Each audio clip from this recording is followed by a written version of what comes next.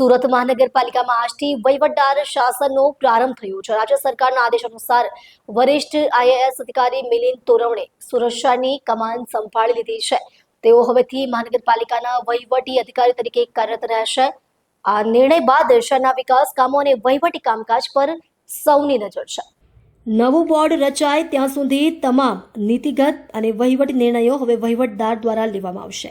કરવેરા, બજેટ, વિકાસ કામો અને કર્મચારીઓના વહીવટ સહિતના તમામ મુદ્દે અંતિમ નિર્ણય લેવાનો અધિકાર હવે તેમની પાસે રહેશે।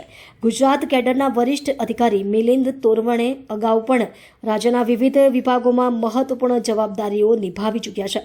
તેમની નિમણૂકને શહેરના વહીવટી તંત્રમાં નવી દિશા મળશે તેવી અપેક્ષા વ્યક્ત કરવામાં આવી રહી છે। શહેરના વિકાસ અને વહીવટની સંપૂર્ણ જવાબદારી હવે વહીવટદાર પર હોવાથી હાલમાં પ્રલંબિત પડેલા વિકાસ કામો અને નીતિગત નિર્ણયોને વેગ મળે તેવી શક્યતા છે। ઉલ્લેખનીય છે કે સ્થાનિક સ્વરાજ્ય સંસ્થાઓની ચૂંટણીઓ પૂર્ણ ન થાય ત્યાં સુધી વહીવટદાર શાસન ચાલુ રહેશે અને ત્યારબાદ નવી રીતે રચાયેલી નિર્વાચિત સમિતિને સત્તા સોંપવામાં આવશે।